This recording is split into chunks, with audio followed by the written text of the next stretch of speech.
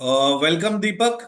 Welcome to the talk show Taking the Stock. We had one season of it already.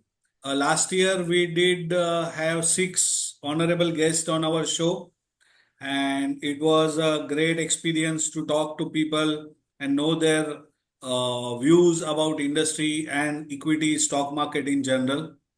This year, this season, can say we are starting with you, and this is the first talk show of the season or first podcast of the season. What we have unique is that we have live audience, as you are seeing. Live audience joins us, and at the end of the session, we have an open mic where they can ask us a few questions if they from the talk or anything if they have something in their mind. Sure. So, good evening, everyone. Thank you for joining the talk show, Taking the Stock. We have with us Mr. Deepak Sood. Deepak is you can say a childhood friend, but his illustrious journey is, he's like a star. He's one of the finest brains that I have met in my entire life, I would say. Uh, Starting from Baroda High School days, he has grown in stature and he is on Harvard Business Review panel. He is part of BCG, uh, group, prestigious group of students. He got uh, honored by Beta Gamma Sigma, right? Right, that's BGS. So that's Beta BGS, Gamma yes. Sigma. BGS, which is one of the prestigious club, you can say, where the top students globally are honored. He was sixth. He was one of the top ranking students in Hong Kong University where he did his MBA. And Hong Kong University at that time was in one of the top B schools globally. He has worked for companies like Intel, Dell, HP, Cargill, Western Union, and mainly the geography where he used to operate was China and Asia Pacific. And of course, in the beginning of his career, he was in India. So from Baroda High School to Cargill, which is one of the global leaders in commodity. Deepak, tell us how has been your journey, what inspires you, and how has been the path? Was the journey enjoyable? Give us some inputs about that. Yeah, thanks very much for your kind words and appreciation. I appreciate that, and I think I feel very pleasured to be invited by you, and I hope I will live up to the expectations of the crowd as well as by you as well, being the first podcast for the year 2025. So, hope everything goes well. So yeah, I mean, for the last 30 years, I mean, I still remember I used to go to my school in my high school days on my bicycle, and we used to just crack jokes, and I never imagined that life will take me to places and where I am. To be very honest, my dream was that maybe I will go to MS University and somewhere, and one of the maybe I'll become a chemical engineer, just like every other uh, you know aspirant in the science stream is here in Baroda, because there are a lot of chemical industries. So that's the first thing that you can get hold of, is like get into a chemical engineering and then maybe just work for one of the chemical companies. So, but yeah, I mean, that's life. I didn't go there, but I went somewhere else, and here I am. For the past 13 years, I've been in Singapore, and prior to that, I was in China for 10 years. So yeah, I mean, I did my schooling, and sadly, there were some issues with the way they checked the scores. But then I gave the national level examinations, like I was telling you the other day. I happened to get into medicine and engineering, but I selected engineering. I had a very clear vision at that time as to what I want to do. India had just opened up, and Huawei had opened up its shop in. Leela Palace in Bangalore, and those were the things that fascinated me, as India had embraced to the world, and how the IT technologies and the IT companies had started to invest. So yeah, I happened to go to Bangalore in 1997. I did my electronics and communication engineering, and in 2000, 2001, I finished, and I actually was the part of that batch wherein that IT.com bust. So we really faced the heat of it. Just like, what people say is that, millennials may be facing the heat because of the COVID, but I happen to face one of the first economic crisis was because of the dot-com bust. I still remember I had lost my job, which I got through a campus placement. So yeah, take that. But then, yeah, I always wanted to be in going. I always wanted to go into the engineering side, technical side. But I soon realized that most of the engineering happens either in Taiwan. I mean, I'm talking about 2001, right? Whether it happens in Taiwan or in Malaysia or in Israel or in US. So if you're not there, basically, you're just doing basically your assembly line engineering here in India. And as a fate had, I took up, I mean, for the jobs that I applied, I got into the commercial part of the industry. And from there on, my journey kick-started. And it just happened like, one thing's led to another. I happened to work for Intel for almost 9 years. So that was the semiconductors. Then for the family reasons and for my personal reasons, I thought to leave China. I mean, things are going great in Intel. I was Asia Pacific head, leading their servers ESG market. I happened to close some of the very key marquee deals. I was one of the commercial, say, deal architects for the UID. And today, I think every Indian is using Aadhaar card. So I was the deal strategist and also the pricing strategist, and that's my forte. That's Wow. where I started my career in Intel. So I've left a lot of mark in today's day-to-day, a life of any Indian. So I always wanted to give it back through my work, and I always wanted to create an impact. So whether it is direct or indirect. So I never regretted that I did not go into the engineering side as much as how strong I was. But then, yeah, I always believed in customer centricity, how we can create value through products or services, and how we can increase the value. So even though I was in China while working for Intel, I used to travel. I was like one of the few people from the China team in my Intel. I can still, very proudly say that I love to engage with people. I love to engage with customers, sit down and understand the issues, and try to sort it out. And maybe that is what has led to me gain success in my career. And I always kept customer centricity, and from there I happened to go to HP, and I was leading the region for the print department for HP for the Asia Pac along with my colleagues. And then, yeah, like I mentioned, one thing led to another. And for the last 13 years, I've been in Singapore. So if you see my career, I have done hardcore, sales. Like when I was in Bangalore, that's when I started my sales career. So I used to go on my scooter, traveling around in Bangalore and the region and try to strike deals.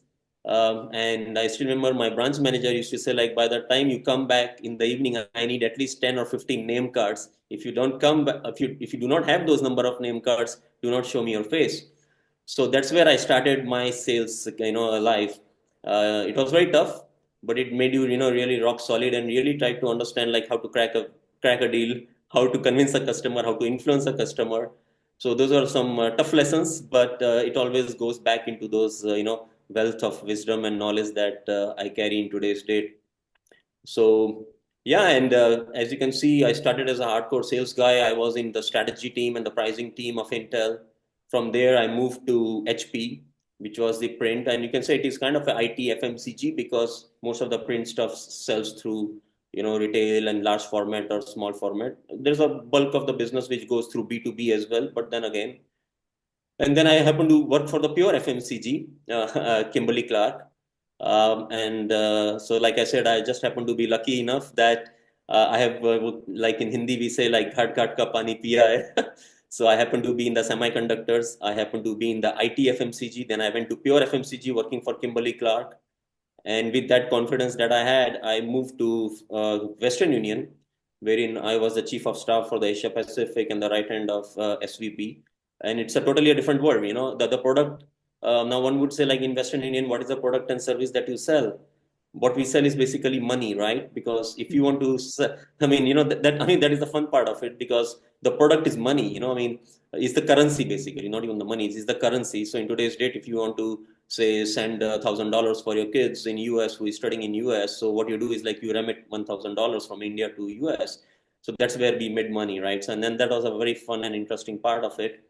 And it was a very interesting journey in Western Union because the organization was growing in terms of, say, cost constraints, trying to move from the brick and mortar. If you understand, Western Union was the organization which you have to walk in, give the cash, and the money reaches the other end within a second or a minute, right?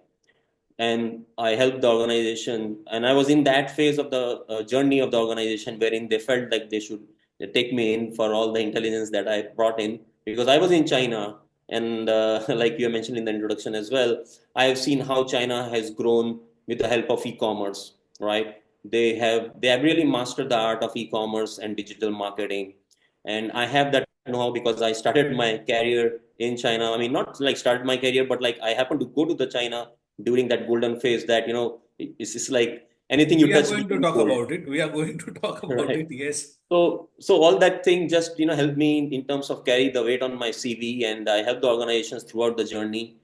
And yeah, I mean, I helped the Western Union to move digitally. I think in today's date, much of their business is moved digital within Asia Pacific.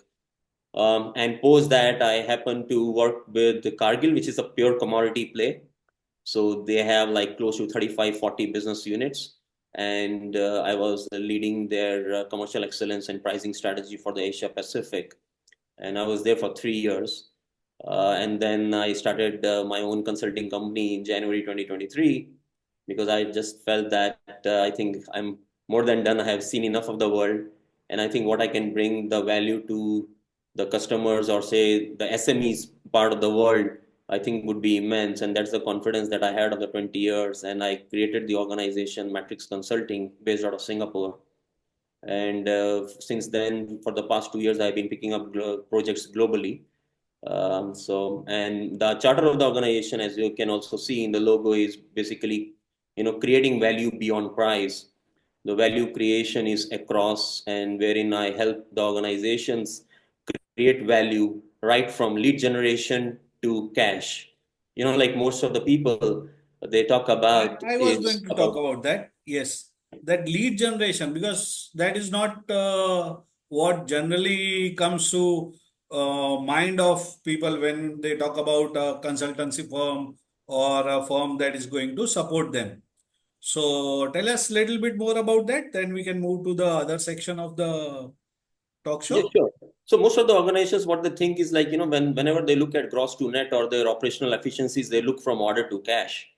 But in today's date, as we talk about and as we enter the year 2025, we need to understand and try to understand how the various markets have grown, how the companies have taken advantage of the branding in terms of digital marketing, in terms of digital presence. And in today's date, digital asset has become a very key important factor in terms of reaching out to your clients. And there has to be a very clear line of sight in terms of how you execute your digital strategy because it is going to have a very significant impact on how you end up doing your commercial business. And that's where, like I talked to you and I just mentioned that in today's date, I'm very confident that the way I, along with my strategic partners that I have tied up within the industry of the consulting space, we help our customers create value for them and for their customers, basically, right from the lead generation to the cash part of it. Deepak, I know that you are a very rooted person and you are a very patriotic Indic at heart. Right. And you have been in China. I think you stayed in China for 10 years, right? Yeah, Around right. 10 years? Yeah, I lived in China for 10 years, but I was in and out. So you can say like I was there for good 11, 12 years because even for the previous company before Intel, I used to go to China to, visit and to go to Taiwan because we were dealing with some of the embedded technologies in the IT. And, China and Taiwan were way ahead of the rest of the Asia. So you know that culture very well, right? You understand China very well. You understand the thought process of people very well. You understand the mentality of Chinese government very well. Can you tell us something that we need to learn from China about manufacturing? When it comes to China, the first thing that comes to our mind is big companies, big macro industrial output units, massive manufacturing capacities. So we as a country are yet to reach there. Right. So, can you tell us something about the difference between manufacturing sector in India and China, and how India can reach there, what India can do, starting from what China did, what China is doing, and what India needs to do? So, it is a broad question, but you can answer it in phases. Sure. I think first I will talk about the culture part of it, right? Like I was in China and in the Northeast Asia more than the China. I was there in Taiwan and I used to visit Korea and Japan because like I was working with Intel and we were working on the semicon, working on the platforms and on the CPU. And at the end of the day, we used to work with the clients like HP, Dell, who used to buy and procure the stuff. See, in China, fundamentally, we need to understand that they have immense appetite of risk. They have immense appetite, or say culturally, you can say from a DNA genetics perspective, the hunger to excel. And very classic examples that I can mention is that, I mean, even if it is a very small subcon, maybe it is a subcon 2 level. So when I'm talking about a subcon 2 level, it's like a, like organization like HP has asked Foxconn to manufacture their laptops. Okay. So that's a subcon. I mean, not subcon, but it's an OEM. Now OEM as Foxconn will further, do a subcon to make some, in terms of PCB and stuff like that. And Yes. then we are further, it's like level three kind of outsourcing model, what I'm talking about here right now. And the way they build their factory, the culture, I mean, their floor space, the rigor that they have in their operations, their HR, culturally, it's just so missing. And I just feel so sad because I sometimes just feel that I don't know when India can really reach as much as we are aspirant that we will beat China one day in terms of manufacturing powerhouse perspective. Uh, See, we need to have that ecosystem, and people on the ground, unless and until are not that thorough in terms of their discipline and their hunger. You won't believe that way back in 2004, 2005, usually in India, we always like to complain. But in 2004 and 2005, we had MSN and we had Skype. And I used to have Skype, and it used to be always powered on.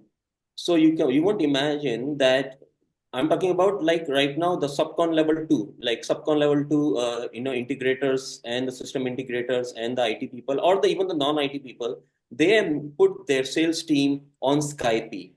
And how they've started finding people is that they will go in Skype and they will search location. Whoever is online, they will start pinging that, hey, I Wow. manufactured this. So first thing first is their hunger. For them, it's not like, Baroda or Bangalore or Gurgaon is the universe where they need to cater. They have been thinking globally way long back, right?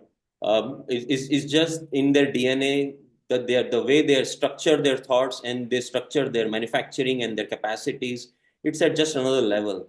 Like for the last 1 month, I've been in Baroda and I've been like moving around. And what I understand is like most of the people, they are quite challenged with the market that we have. And I always tell them that, do you have website? Do you have digital presence? And like I think 60 to 70% of them they do not have, and actually they're doing some really great stuff. But I said like, why are you not trying to export? And they say like, it has never come in my mind. And then a lot of businesses in India are proprietary run, who may have reached like very comfortable zone between 5 cr, 10 cr, 100 cr, maybe 1000 cr, 2000 cr. Right now I'm not even talking about Bilda and Tatas because there's no point talking about them. Absolutely. But the real economy lies in the SME part, right? And in the proprietorship, I think culturally what happens is like, I think in India, maybe I don't know whether it is we are not that materialistic. We do not have that real hunger. I mean, I may not be politically right to say that, but it's just that stark difference, to be very honest, when you ask me what I saw in China and even now. to compare to here, right? I mean, like, or maybe it's the friends that I meet or the people that I happen to meet as a customer. They do not have that level of hunger to go beyond. And most of the people are saying, like, I mean, I'm very comfortable in my 50 CR. And I say, like, you don't have any plans for scaling it up to 500 CR. So, or say even 5,000 CR, because that's just not their vision or dream. They are very happy selling to their specific market and they just don't want to grow beyond that.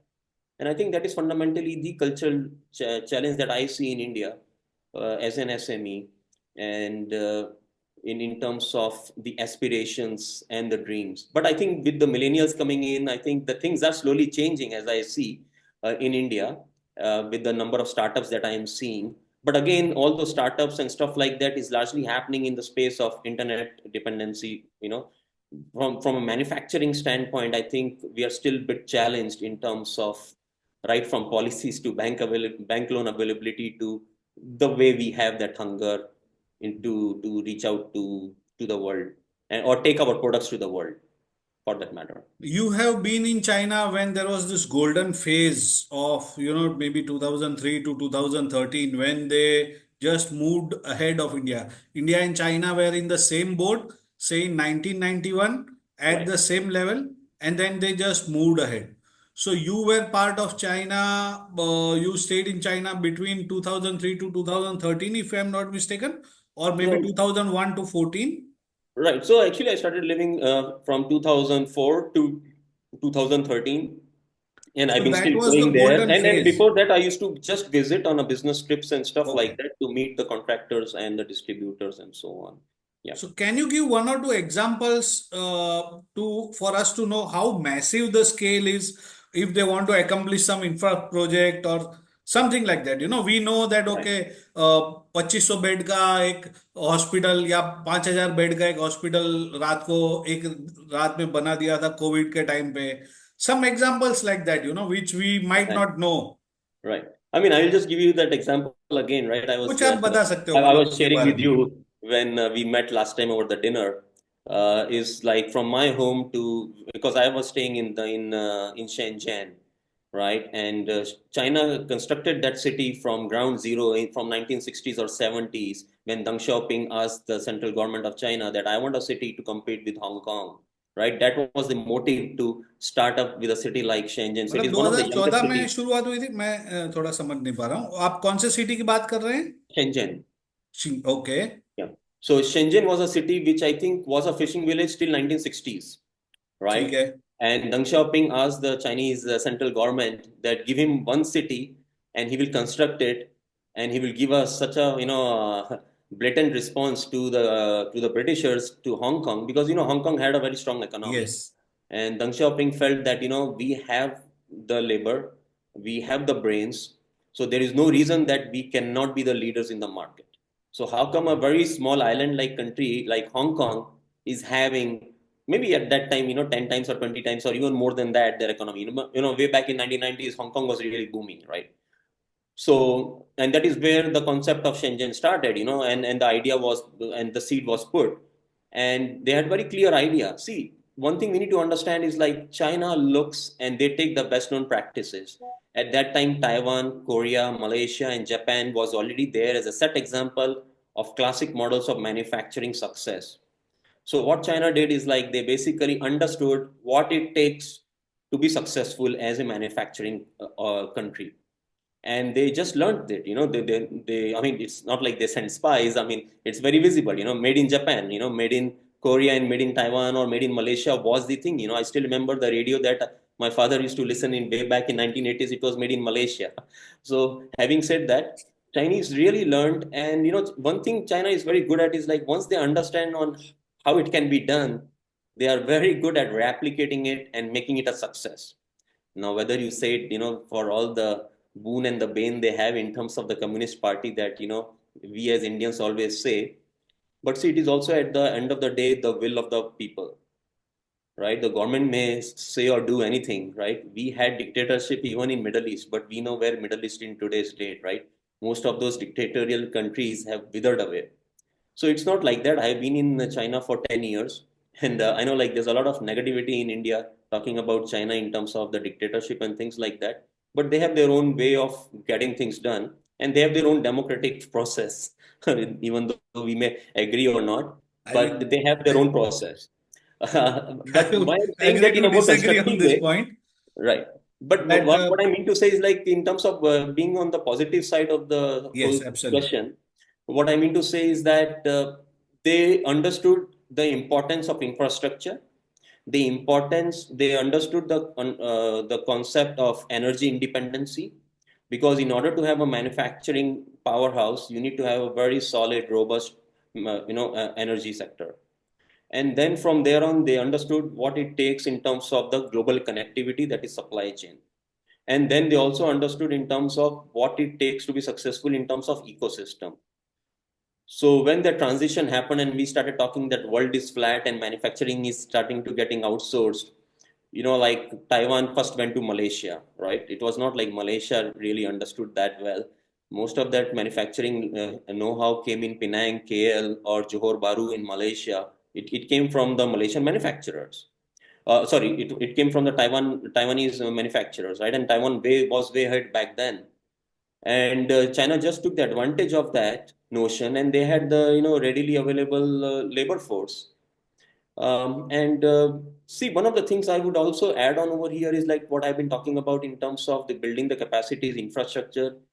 I think the work ethics and the work culture of any Chinese, right? And knowing India and dealing with a lot of commercial deals through the organizations, I think somewhere we are getting lost in terms of quality of work because of this L1 culture. We always, I always talk to my friends that the whole L1 culture is really making very ridiculous, pain on the SMEs as well as on the corporates to fight, and it becomes a dogfight, and the quality suffers at the end of the day. I mean, I have lived in many of the countries. I mean, forget China for a moment, and you go to Southeast Asia.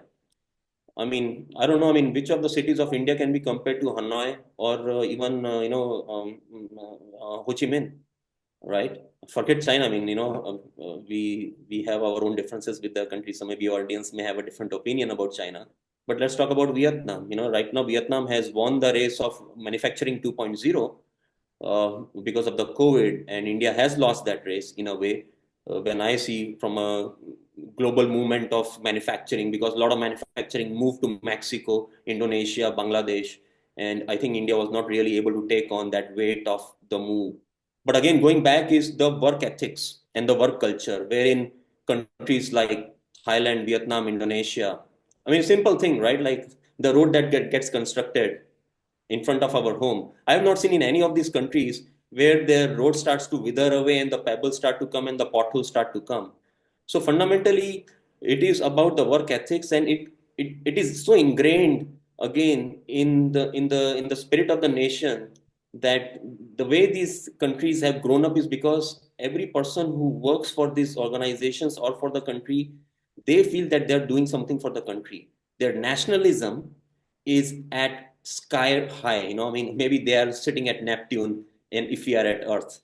So then, and that nationalism and their work ethics is really been reflected in every sphere, whether it is from their infrastructure to the construction to the manufacturing, and that is where they have taken the lead in terms of the global, manufacturing. And in today's date, you can see, right, like how Vietnam and Mexico have taken a lead.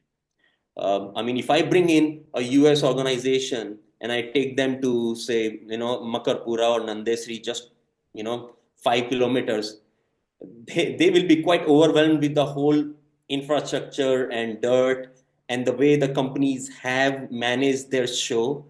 When I take them to their corporate offices, I think there's just, because the first thing first is like, I mean, if you come for an interview and if you're looking not really up to the mark, there'll be doubts that, whether you can really do it.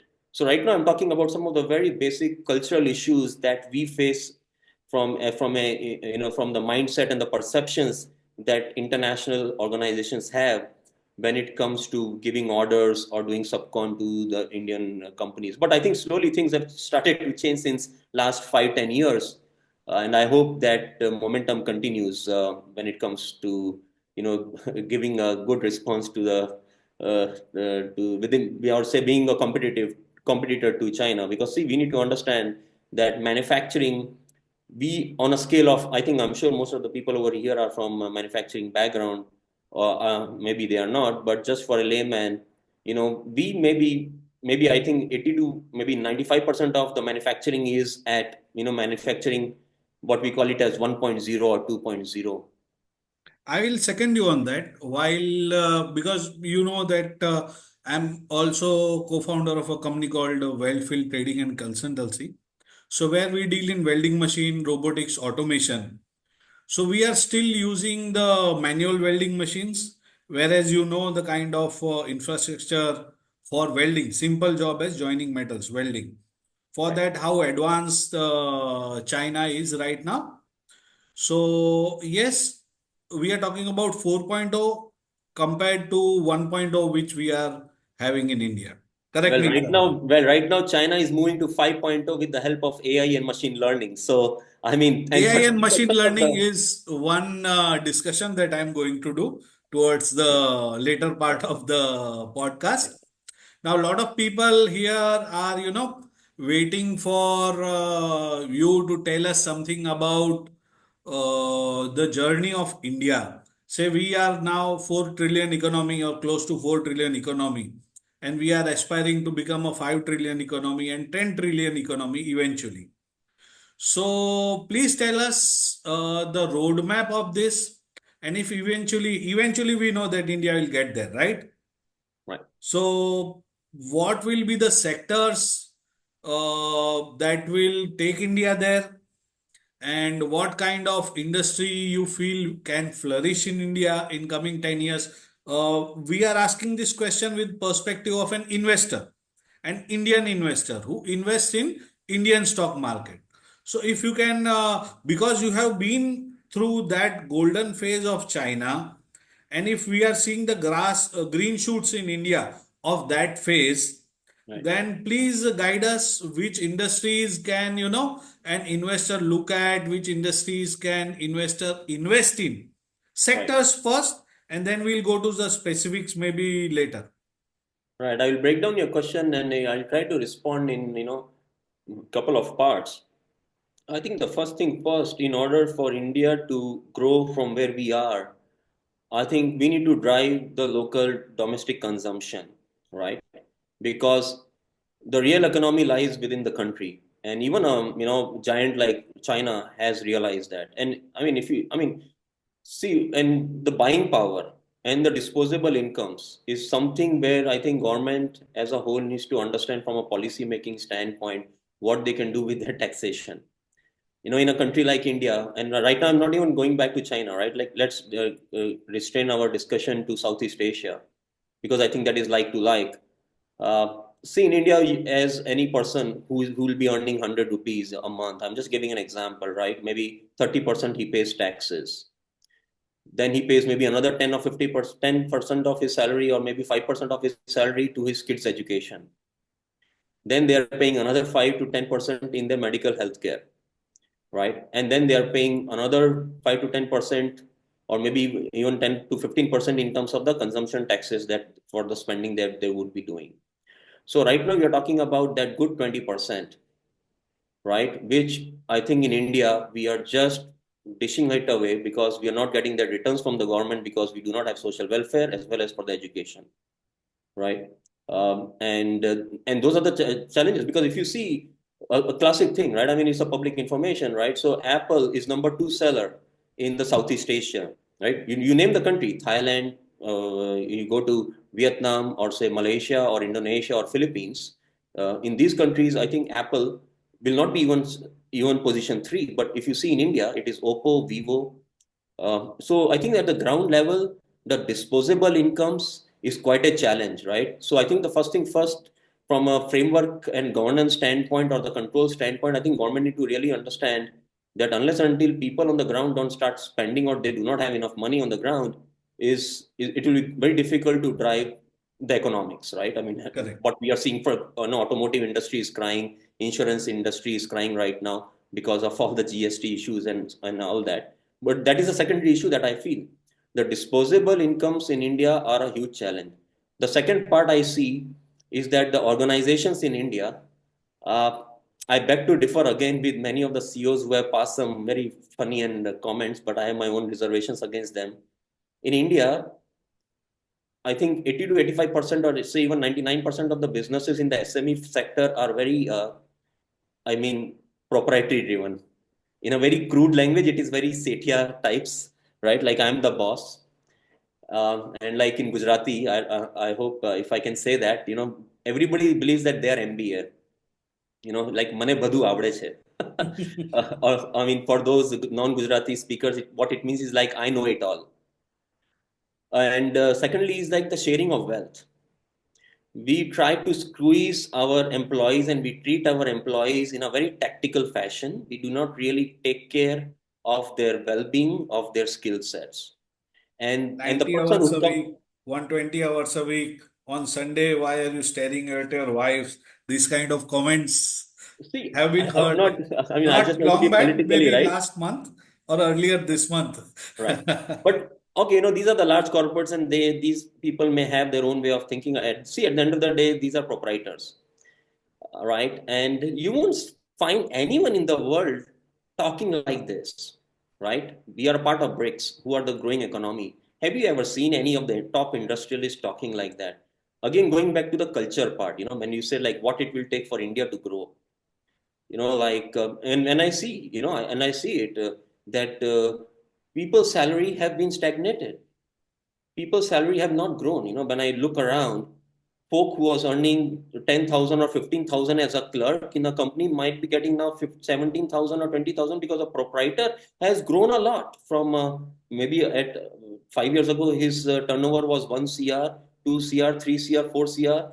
They have gone 10 CR, but they will continue to, give that X amount to that poor guy who is working day in and day out. And what fundamentally happens is that that person starts working for your organization just to collect the check. He's just coming and whiling away his time. He just works based on the checkbox that okay, I've done this task. He just comes and does his task and he goes back. And But it is is reflected is in it every not the part of the walk case? of the life. Sorry to interrupt, but is it not the case in China? Because the stories that we hear about China are that workers are forced to work for 18 hours. People jump from Foxconn buildings, commit suicides, and many things like that. Are such stories do come out? See, see, there are two things to it, right? There's a lot of negative press over there as well, right? And the reasons for the best known, right, is lesser known. Just like in India, for every small thing, CNN and BBC jumps, right? But if the same thing happens in your Paris or Berlin or New York, it won't be even captured, right? Hmm. And I have worked with Foxconn very closely.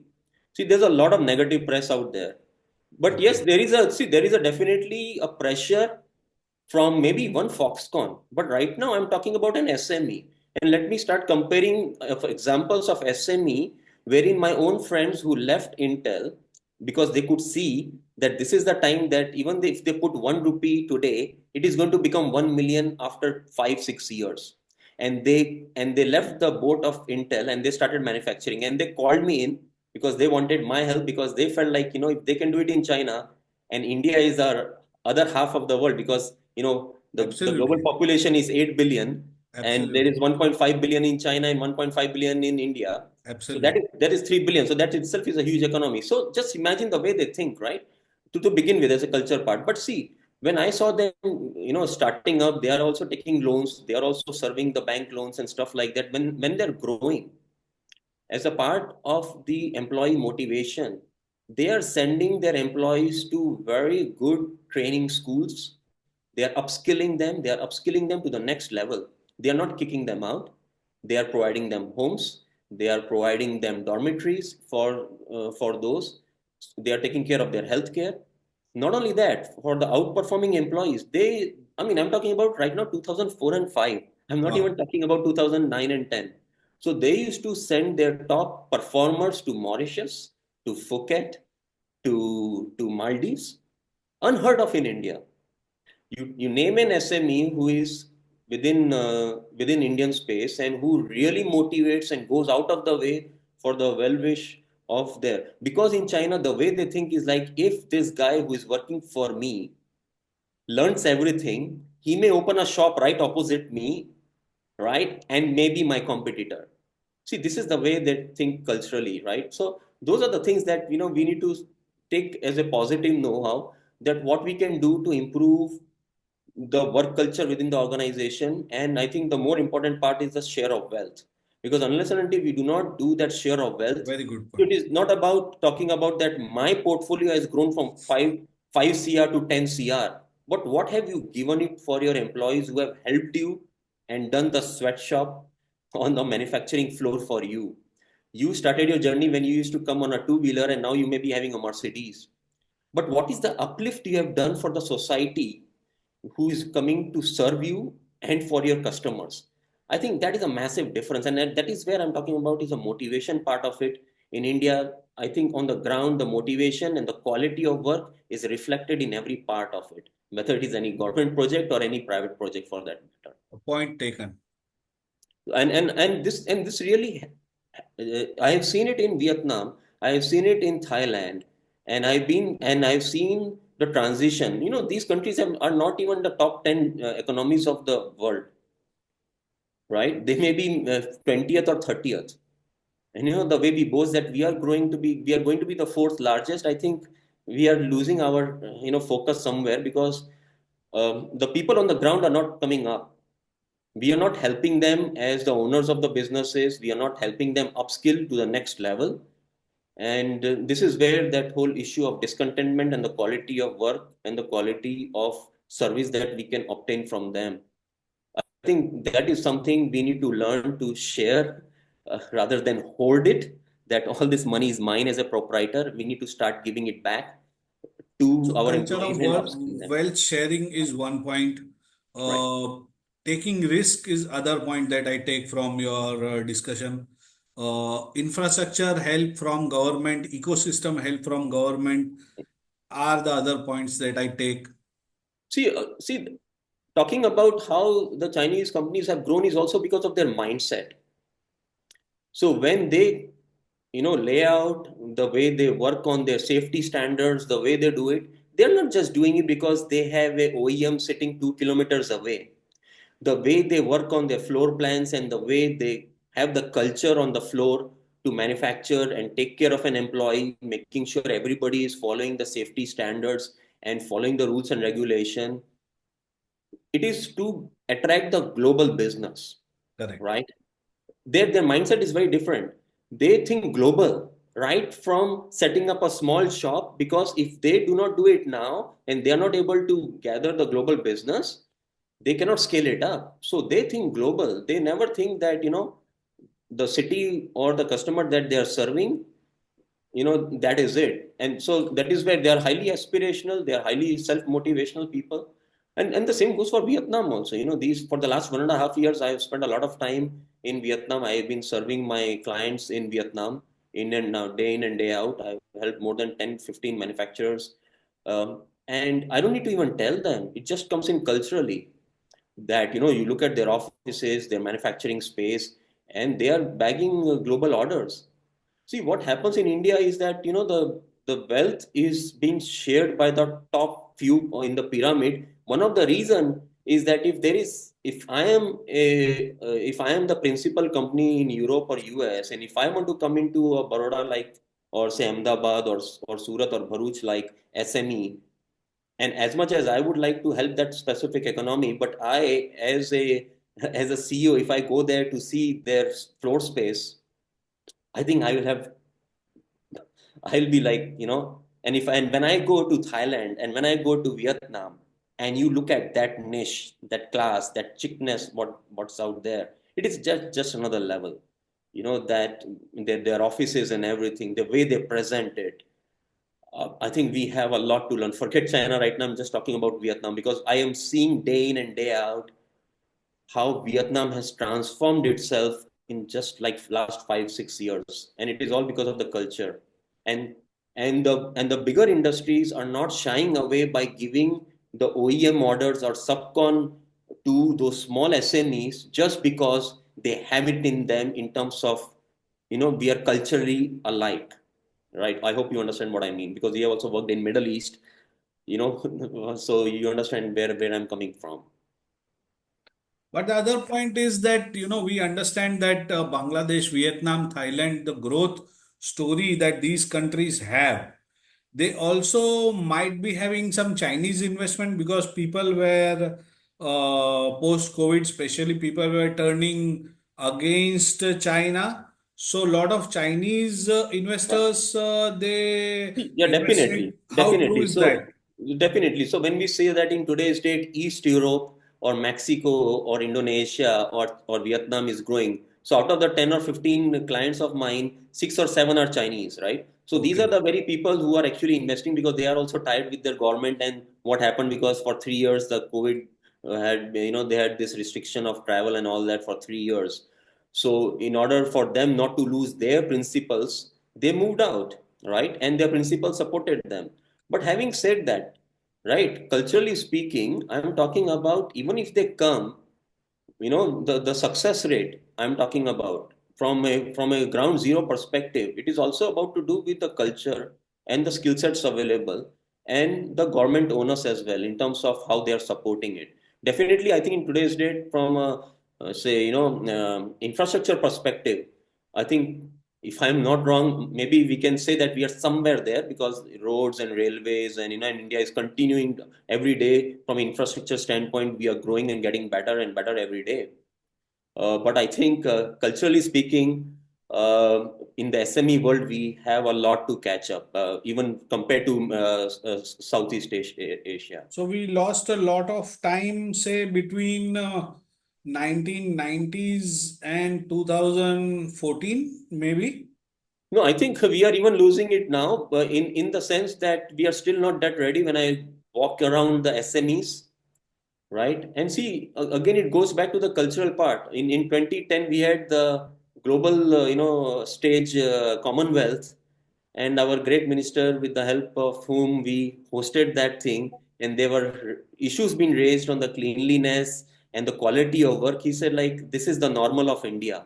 Let us focus on No, but what I 2014 mean to say, onwards. no, what I mean to say, but it has been Yeah, reflected yeah, in that part point of is our, taken. no, because for the last 20 years, I have been working in the space because see, for the various multinationals that I worked for, we also have capital department, wherein like Intel Capital, HP Capital, Cargill Capital, who invests in those great ideas and stuff like that. So I have been part of those strategic discussions as to where we should go, where we should do, right? And that is where we are still losing out on those discussions of of those companies and the mind share that can India deliver it or can India do it? Right now, all the delivery that has been done is done by Reliance, Adani's, and the large parts of it. I am talking right now about can Even SME in the do it? large parts, sorry to interrupt you again, Yeah. even in the large parts, you see companies like TCS, Infosys, and the big IT companies, they are sitting on piles and piles and piles of cash. That money could be used in investing on R&D. So no, so That that is that part I will come back. But right now I'm okay. talking about what it will take our Indian SMEs to go to the level of Southeast Asia. China is like still a distant dream. I think the nearest one would be. So I'm talking cultural shift and the share of wealth perspective and continuous improvement of their labor. Hmm. I've seen a lot of Indian companies, they just treat their labor as that, checkbox and a cost. Okay, I give him 10,000, he does my work. But the idea should be that how he can improve because it is always said that, your loyal employees will, at the end of the day, pay you much better returns than a new guy coming in who is because he is coming in at a better price. I don't want to get into the HR part of it, but see, we need to understand on how the success has happened in Southeast Asia and Asia. Now, coming to in terms of investors and what can be done to drive that SMEs. So definitely yes, right? Like when we talk about where the wealth is, and that is in the hands of the large corporates or those institutionalized investors or the investors who are maybe Indians in today's date, right? Like NRIs the or even the world is now watching, right? Like what India is doing. So there are available funds out there through proper channels that can be streamlined and can be brought in if we are able to convince in terms of that we can do it better than others, and we can do it at a better price than others, right? So those are the things that I think definitely will help lead, drive that SME part. And I think definitely as the millennials come in and the more startups come in the manufacturing space, the red tapeism and the bureaucracy around just setting up a manufacturing company and things like that, it still takes around 2 3 months or even more than that, if I'm not wrong, in India, because like I've been out of India, you know it better, maybe you can correct me, but it still takes good 2 3 months. So if I have an idea and I have like time to market that before I get my global patent and things like that, I hope my idea is not stolen by someone else. And if I want to go into manufacturing from tomorrow's date, I don't think I can get registered. Maybe I can do registration of the organization in 1 or 2 or maybe 1 week's time, but can I start rolling out the stuff on my own, on my own ground? Maybe that's a big challenge, right? So I think we need to get the policies and the framework in place so that the manufacturing get the impetus. And then the second part is the available funds, right? In terms of the institutionalized investors need to change the way they invest in the SMEs and especially in the manufacturing space. This is also another challenge that I find is that when I talk to the investors, they say that, Mr. Deepak, where should we invest and where do you see that great idea? Because you are talking to many clients. If you see any great idea, please share with us. And the first thing first is like, I want 5x, 6x in X amount of time. And it is just so different. And one of the reasons why Europe and US have taken the lead, right, is that those countries, their investors have an appetite of risk taking and they have a lot of patience, right? They have a lot of patience. They are okay if that idea can maybe just break even after 1 or 2 years. But if they see there is a great potential in that idea, those investors will invest. And that is what the US and the European, SME world is all about. The small sparks, they turn into a bushfire, like what we were talking the other day. Those small ideas worked out in our kitchens or our boardrooms or our coffee shops that we talk with each other, many a times those small flames or small ideas, what we call it, they are not getting engulfed and becoming a bushfire because of non-availability of funds from the investors, because the way they think is that, I've given you 100, Mr. Vishal, so and I need another 150 or 200 in the next 2 years. It's not physically possible in the manufacturing space. So we need some good institutionalized investors over there who have patience and who can help grow. Because see, right now India is at that growth phase. What I'm seeing, China was in 1990s. You put money in any sector, going to your next question, I think you put money in any of the sector, I think it's booming in India.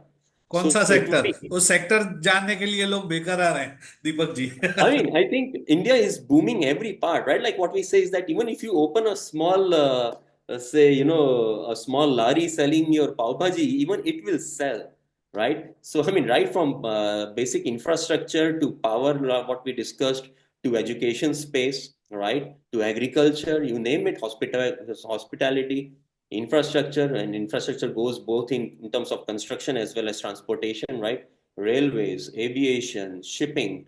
In India, we do not, I mean, we have great rivers, but we have never focused upon, say, river-based economy, like what Americans and Europeans and even Africans and your Russians have done. And even in China, it is there. It's a great economy. River connectivity and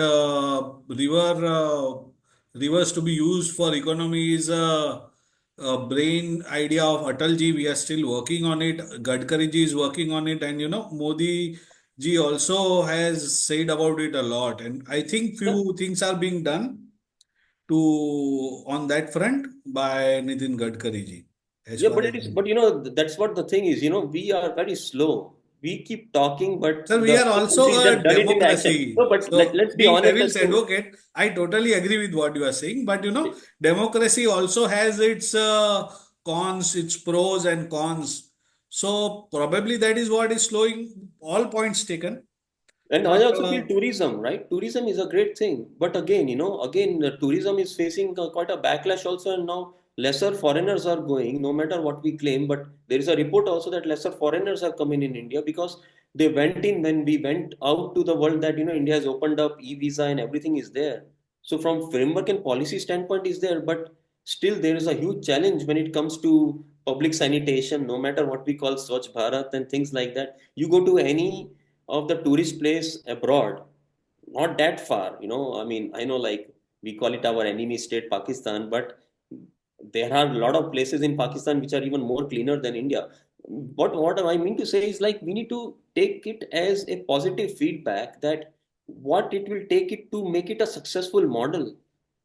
So that is where I'm saying like tourism is facing a huge challenge. We know in the news what is happening in Goa, right? Uh, and the way the taxi folks and the service industry is treating each other and talking to each other, I think we really need to pull up our socks. But having said that, these are the places where there's an immense, I think, education space, upskill of adults. Adult upskill is, I think, maybe you can say it is a part of the education, but I think it is the next needed industry in India where I think there might be some very great ideas in terms of what can be done. Some countries like Europe and Singapore, and even in China, right, with the advent of automation and things like that, what are we going to do with our labor force? What are we going to do with our population? How to keep them abreast with the industry needs? I think that is also a very interesting industry that I foresee now that India's population is also kind of getting stagnated around 2040 and 2050. I see service industry in the part of healthcare, right, is also, I think, going to be the next big thing in India. I am already seeing it in countries like Japan, Korea, or Europe or Singapore, where those industries who are giving the support to the aging population, I think that is also becoming a preemptive need that we have to be ready. And I think the first movers will have that great advantage. But like what I said, we need to start investing and start getting it right so that over the period of time when the market is ready, you will be the first mover. So that's where my discussion is on the basis of what the Southeast Asia and China has done, or I mean, forget China, even what Japan, Korea, and Taiwan have done. They see what's coming up in the next 15 to 20 years. How we see is like what's coming up in the next 5 to 10 years. Or And that's next where also we election. get stuck. Yeah. And that's where we stuck on even on our flyovers, right? Because you know where I'm coming from. Yes. So the points that I take about the sectors is tourism, energy, infrastructure, adult education, education in general, and adult education in particular, healthcare. Yeah, see, the list is endless, right? Like you talk about insurance is there, pharma is there, right? Because our population is huge, people are getting older. There is a certain need of it. I think in insurance, India is still lagging quite behind in terms of the insurance coverage. I know, like government of India has provided certain coverage to certain section of the society, but still there is a huge gap in the, in the medical insurance space perspective. Then I'm talking about, I think aviation. I already talked about. I think automotive, automotive is a huge need. Aviation, automotive, yes, Yeah, I think retail, even retail, right? Like retail. in India, still there is a culture that I need to go there and select the tomatoes and bananas or whatever with my own hand. Though in the larger cities, I think that thing is changing and people are preferring more online. But still, I think the large part of India still lives in that rest 90% of the cities or say 95% of the The cities. touch and feel Yeah, the experience. touch and feel. Yeah, definitely. Yeah, that's what I'm saying. That we have to understand what culturally we are and what are the again going back to the customer centricity part of it, right? What it will take for a successful any business to be successful. I think retail is still not written off, right? Like in many of the say There matured is a economies, nice retail is a comment written off about thing. which I'll just interrupt and tell you. Mr. Rajiv Mumai is saying that, wow, really superb views showing mirror to us. Well, I always say that unless and until you do not pull the, you do not hold the bull of the horn, you can't get the bull under control. It is time that we start looking into ourselves, the way we manage our businesses and stuff like that, and that is what I'm known for. Maybe I really No, no, speak no, no. straight That is ahead. absolutely right. We welcome your straight talk. That is what we appreciate on this talk show. We have had our audience is also, it is a mature audience that comes to us and they understand the points that you are taking. Because you are rooted in India, you are, as I said in the beginning, you are very Indian at heart, very patriotic, and very Guju at heart, in fact. Yeah, brought definitely. up I've in been like away Baroda, from and India then for moved to, 20 you years. are, તમે ગુજરાતી જ છો, હું તમને ગુજરાતી જ ગણું છું, બરાબર છે? Right, એટલે right. તમે એઝ અ ગુજરાતી પણ તમે समझी सको છો. अब मैं हिंदी में बात करूंगा थोड़ा, कि भाई आप as an Indian, as a Gujarati business को बहुत अच्छी तरह समझते हो. आप पंजाब से हो, लेकिन मतलब बड़ौदा में आप बड़े ही यहाँ पे हुए, तो आप गुजराती ही हुए.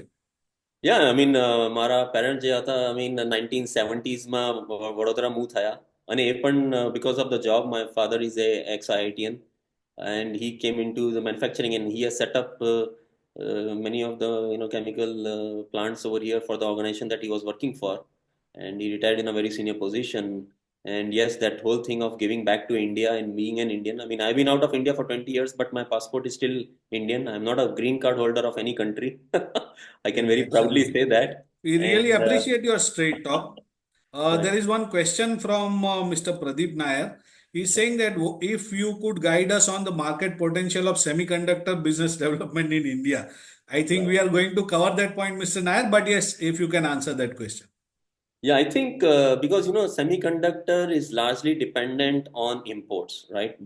We need to basically understand how the semiconductor works. You need rare earth material, and very little rare earth material is found in India, right? Okay.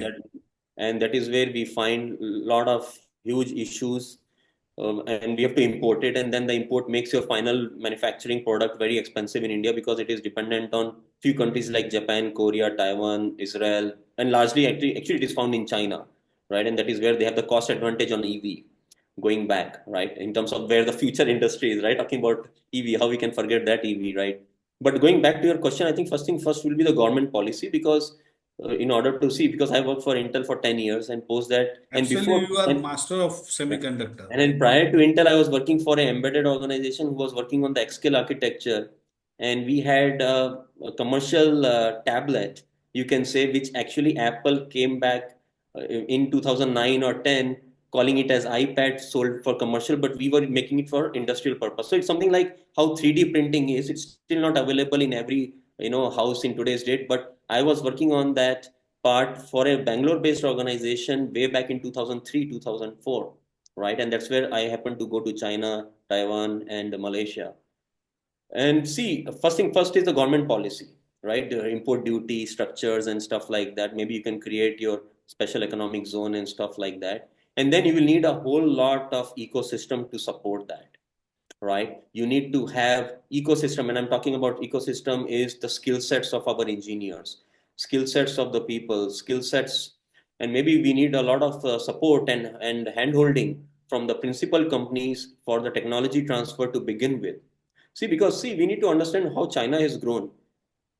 It was Taiwan who came to China. It was Japan and Korea who came to China. And then they learned and then they replicated that model and they, in fact, became the masters because they replicated it so well that their products were better than their principals, right? And that is what China has done. So we need to firstly understand what it takes to get success. So firstly, first is to understand what it takes as a semicon industry to first survive the first 3 4 years. So first thing first is the ecosystem. So even if I as Panasonic or Hitachi or Samsung or Intel like companies come to India, we need a great support because again the semiconductor also needs a lot of space and there is a lot of waste also that happens because semiconductor waste also needs to be managed. And like you mentioned, Vishal, that democracy has its own advantage and disadvantages. There'll be 10 NGOs out there who will be trying to challenge the semiconductor industry setup and things like that. So it's not that easy, You must right? have known what happened to India was a copper exporter, and Yeah. how it became totally reliant on other countries on copper, right? I don't want to get into the Right. politics of that, but you might be knowing very well about that See, case. I will just talk about what happened in my own house in the sense that I was working for Intel and Paul Okay. Ottolini was been called by P. Chidambaram sir in 2009 for when he was working for great leader called Manmohan Singh with highest respects that I have for the gentleman who recently passed away sadly. And P. Chidambaram had great ideas. He in fact floated the semiconductor policy in India in way back in 2008 2009. But sadly, it could not materialize because we did not have electricity to support. and all the things that is required. But now we are talking about 2025, things have really, leapfrogged from there. But we are still in that assembly stage. What I can say, we are highly dependent on things coming in from Taiwan, China, Japan, and other places. And I think for that ecosystem to grow, I think it will take another 5 to 10 years. And that is where I mentioned, right? From investor standpoint, now if I step back in terms of to making that success, now I would look back at the investors and say that, Deepak, why I should invest in this semiconductor subcon who will support X OEM in tomorrow's date. Our thought process is very small, very short term. We do not think like Thailand and Vietnam and or other countries in Indonesia, right? We are our vision is very short from an investor standpoint. We are not looking at the potential or the gold mine that we are sitting on and how we can convert it into a diamond. We are just not looking at it from that perspective. We are looking at it like what's in it for me. And that is where also I think fundamental shift is required from an investor standpoint, that all these things takes time, and India grows slowly and it has its own snail pace. Other countries have faster pace of hare and tortoise. If we say we are the tortoise, but that is where is also the patience required from the investor standpoint, that when they invest, they are investing long term, right? Because what we are seeing right now, I definitely see India to be manufacturing powerhouse, provided we take the right steps and we change the way we think from investor standpoints, the way the banks dish out the loans, the way they make the things very difficult for anyone to even start thinking about what they can do. So these are some of the very fundamental challenges that still lie, and they still plague the challenges for a semiconductor industry to be successful, right? And again, going back is first thing first is that what would be the market that we would be able to sell, right? And that happens India. And let's not forget, right? I mean, I'm in India right now for a month, and I was in my home and I looked at the model of Philips. Uh, and forget Philips, okay? I'm just talking about my personal experience. And I'm talking about the laptop. I wanted a ThinkPad for myself because it is a very sturdy product, known, and it's a great reputation, ex IBM, now it's Lenovo.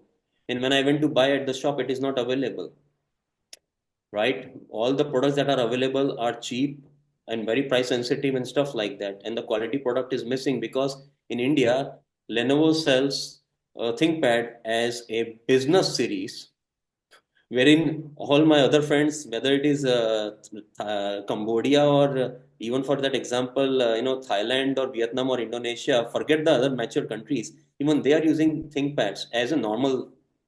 So I think from a manufacturing standpoint, we need to overhaul our economy from the ground, because if your consumption is not going to drive, your manufacturing will have, it's a chicken and egg situation. Hmm.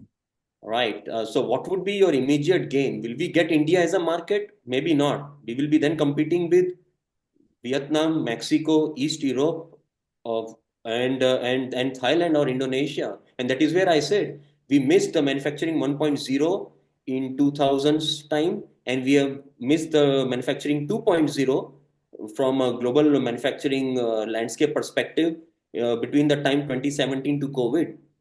All those companies went to ready countries like Mexico, Vietnam, or Thailand. Okay, it was Chinese money, but what happened? Now the local players, the local ecosystem is coming up. Now you're talking about coming up and giving a global response. You're just catching up the hare as a tortoise. You're just doing a catch up game. And I'm sorry, it does not work in that way, because after COVID, countries have become very insulated, and now everybody is thinking about their own selves. Even in today's date, even a great country like US is passing populist measures, and they're trying to protect their own economy. So most of the countries in today's date are getting insulated, and they want local manufacturing. There is a country like Rwanda in Africa who wants to come up as the next Singapore of the world. So all the countries, even in Africa, they are not staying behind. In today's date, you can see how African Union is asking for the veto power in the United Nations, because the second generation, the third generation of the African leaders, they are coming in from the global B schools from Harvard and Stanford and MITs. So we need to understand that in today's date, if we are going to have a manufacturing powerhouse in India, we need to have the local economy ready to absorb it, right? And if we continue to play it in the low end models, then we are just, I'm sorry, but manufacturing does not work on, what you call it as, what I always say is that cost driven. That, okay, I will make the cheapest model, it will sell 20, 30 containers, but then, you can be easily replaced by, because you are just playing on the margins. So the idea is that how you can create value for the players and drive your price premiums for the value and the quality that you provide in terms of product and the services.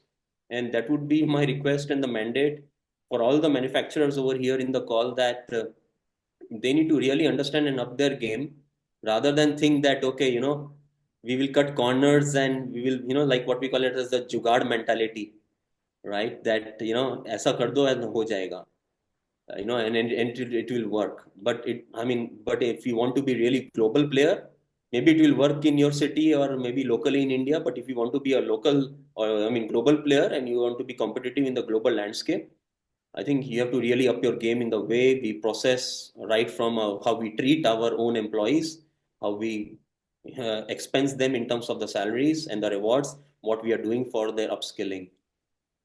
There is one more question which from Karthik. He says, "What about EMS sector?"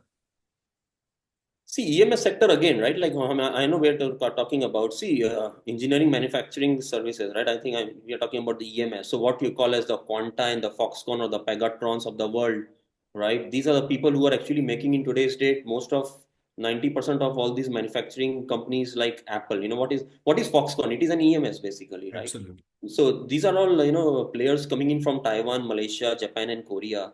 Or in today's date now, even China have their own EMS, who may be even better than Taiwan and Korea and Japan. But again, like what I'm saying is, right now the challenge lies is like most of the countries globally have already set up that manufacturing 2.0. So now, in order for India to go and compete at the global stage, we are starting from zero point 0.0. And global landscape of the manufacturing that I'm seeing has already reached manufacturing 2.0, that China is done and dusted. Now they're in Vietnam and Thailand and other places. Now, unless and until you can really provide that quality of product and services, why will any organization leave their comfort zone? And because all these things takes a lot of time for creating a trust. So to build that trust, you need to come up with all that infrastructure, your office setup, your look and feel of your manufacturing space. And this is where I started the call. If you have been in the call from the beginning, I said that fundamentally EMS will be successful if you have the capacities, but again, to have capacities, you need to have investment. And it is a very vicious circle that we are having in India right now. And again, what happens is that the scales and the economies will again go back into the large manufacturers, or say the Tatas and the Ambanis and other players, because they have that kind of invest monies excess and they can do it.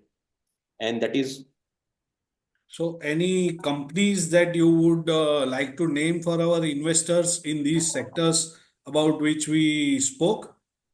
you mean to say as an investor? Yeah, stock market. As a As a stock stock holder. market Okay. investor, Okay. now we are coming towards the end of this talk show because of the time constraints. I know that you will have to leave soon. So, coming towards the selection of stocks, what kind of stocks investor needs to invest in, looking at all these scenarios, keeping all these scenarios in mind Yeah, with a long-term perspective, say with right, a five, sure, 10 years horizon. right. I personally, I am We investing can we in. can take it sector wise. Say, Yeah, sure. Yeah, but I'll just put a disclaimer that, to be very honest, I am not investing in India, because for me, living abroad, the biggest challenge for me to invest in India is, from the stock market, is that Indian rupee continues to depreciate. And so if I want to have that money back, and if I see my money is depreciating, that it just becomes quite a mess. So largely, I personally invest in US stocks, because One is the You can name currency. some US stocks as well, along with Indian stocks. I mean, largely I invest in the technology shares, right? I mean, technology stocks in US and largely those organizations who are in the field of EV, right? And again, in the field So of Tesla, technology without and naming. e-commerce, right? Like we know very well know, like Amazon, Google's, and the Teslas. I mean, again, automotive EV, Tesla is a huge, first movers advantage in the EV space. Then I also go on the space of the ERP because as a globally all we are all growing and the manufacturing is growing. I think one of the things is on the ERP front. So I've invested in some of the organizations in the New York Street who are into the ERP space because I think most of the world, I think if we say at the global stage, right? Because I'm being in the part of the manufacturing for the last 20 years, and like what I mentioned, like even India we are largely sitting on 1.0 or maybe 1.5, not even 2.0, maybe 2.0 in some companies. Uh, but what I'm seeing is like there's a huge, tremendous pull and the need of customized ERPs, right? So that is also where I invest in the companies who are again like companies like Microsoft, Odoo, and then you have other customized softwares which are available like and even like Microsoft Dynamic 365, they have a product and stuff like that. But now going back to India, I think, like I mentioned, right, like right now we are sitting at that phase where, anywhere you touch, and if you do it right, and you provide a good quality and a good quality of service and a good customer centricity by talking to them nicely, post sales support and everything, I think even your, pani puri will sell in in India. I mean, this is what I'm saying. I mean, recently we saw that one of the pani puri guys in one of the cities was found to be not paying taxes, and he's having what you say a net worth of some crores of rupees, not like 1 or 2 crores, but it's like tens of crores. So what I mean to say is like we are sitting with that great dynamic population, and if we are and they are starving for a good quality, right? Like in today's date, most of the middle class and upper middle class is looking for a good quality of service, good product, post sales, and you live up to your promise that if I'm going to deliver X, I'm going to deliver X, and post that you treat them well as a customer so that they come back to you. I mean, these are some of the attributes that any industry will grow, but with the limited knowledge that I have in the space of India, because for the past 20 years I've been like really not that much into the Indian stocks, but I think fundamentally those large players continue to be, I think, the key players, right? Like in power, I think what I know of is also like Tata Power is there, NTPC is there. In energy sector again, right? Like Reliance, everybody knows. So I'm not sure like if I'm going to say anything new names, but definitely like No, in no, that is infrastructure. absolutely fine. Infrastructure I can think of is L&T, right? And maybe there are others as well. I'm sorry, but for my limited knowledge, please excuse me. I think in automotive, definitely now Tata is coming up with some great cars after their, takeover with Range Rover. Now they are bringing their new chassis and they're learning also from a technology transfer perspective how other cars like Jaguars have been made and so on. So I think we are seeing now some really great quality cars on the Indian roads. So I think Tata, Suzuki, Mahindra and Mahindra, they are coming up with some great products. And I think people are also now going for that, 10 lakh plus kind of cars. And we are seeing the boom in the middle and upper middle class. And people are now aspiring to spend also on these part of the luxury as a part of life.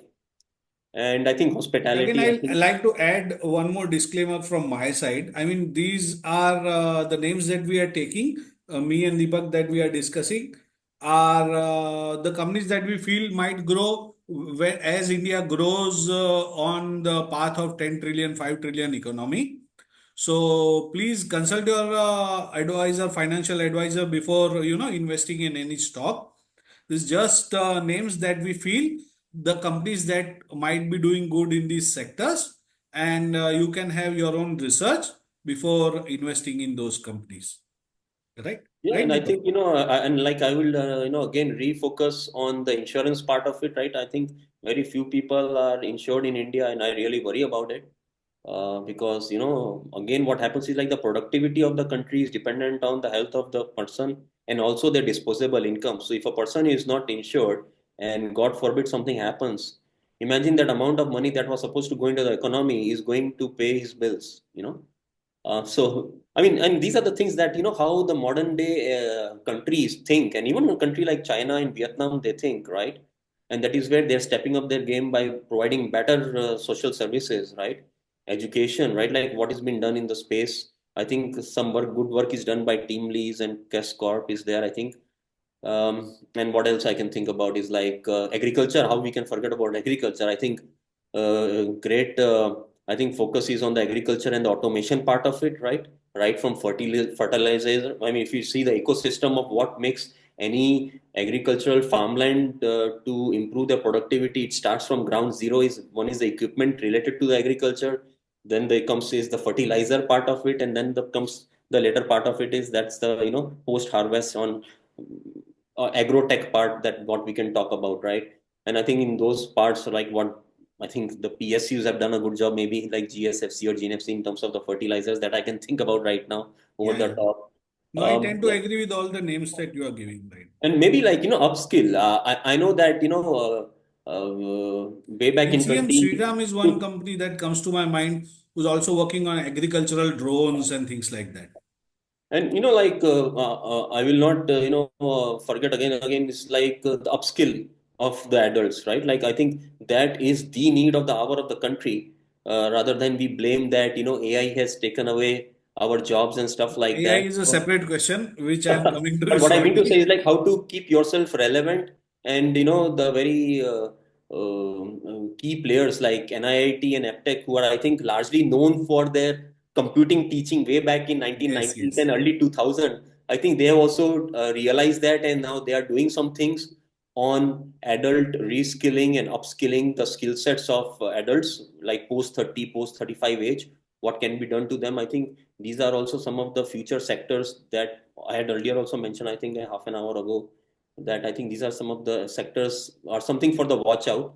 But again, it all depends on what these organizations do again, right? Yeah, yeah, And I think absolutely. in the healthcare, I think this is very important, right? Like the healthcare, I think thanks to the current government, there's a great focus on healthcare, more and more AIMS and other hospital facility. I can see even in Baroda, like city where I'm staying, there used to be hardly one Yeah, or we two. have Zydus, we have Healthcare Global. Yeah, I mean, you have, I think Apollo is there and other healthcare global organizations are there who are investing, and they are also seeing a need that as the growing population is there, there will be a need for a better healthcare. And as more and more people are getting insurance coverage, or as they are getting better employees, companies are providing them the, medical insurances. So now in today's date, everybody tries to get a better healthcare, right? So now people have those means also in terms of that at their dispensation that they can afford a better quality hospital. So I think those are some of the things that I feel are good. I think I'm sure there is more than that, because Indian economy is just not limited to those 5-10 sectors that I mentioned. It just takes more No, no, than that's that, fine. We all have noted those things, right? and we'll definitely keep looking at those companies that you name. देखो US market हो या Indian market हो, दीपक, stocks का selection criteria जो होता है वो तो Right, काफी सिमिलर होता है for a good investor. We all read Warren Buffett, right, we all read Peter Lynch, right? right. तो अगर आप कुछ अपना स्टॉक सिलेक्शन क्राइटेरिया बता सकते हैं हमारे व्यूअर्स के लिए या ऐसा कुछ, तो that will also be great help.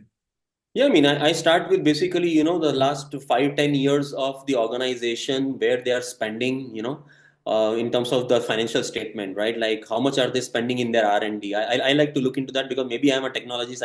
I'm having I work for the organizations and I love to be in that space in terms of innovation.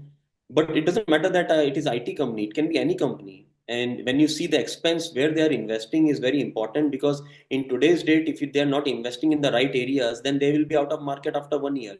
We very well know what happened to Nokia and other companies. And I don't know, like, if I should be saying more, because I know that our host, Mr. Vishal, he himself has written some great stuff in his own book. And not that I've really got a chance to read so much, but I think we met few days ago. And it says like step by step. I think it will be a great, asset for them, because very few people get to know, because everybody wants to jump into the bandwagon, and what they do is like, okay, where have you invested, right? Largely the that idea notion goes, and there's a herd mentality. But I think if there are more books written, or maybe if you will write more books, I think people will really get to know on how to invest in the stock market. But when we talk about my way of investment, I largely look into how the companies have performed, where they have investment, and what is their, whenever they have annual general meeting, or what are the statements coming out of the market, out of their boardroom, sorry, in terms of where they are going to go, in terms of what is their future vision, right? Are they expanding in the countries? Are they increasing their franchise if they are restaurants or something like that? Are they increasing their product range? Are they going for the premium? Are they changing their customer segmentation? So basically, what is there? The four C's and the five C's and the four P's, what we call it as, is something that I always look out for any organization. And obviously, it doesn't matter sometimes because stocks is a very funny market. I have worked for a company like Intel, and globally it was known. And my CEO, he hardly cared about the investors because see, it is a semiconductor company. So he always invested around 10 to 20% of the revenue back into the R&D, which was not really appreciated by the shareholders.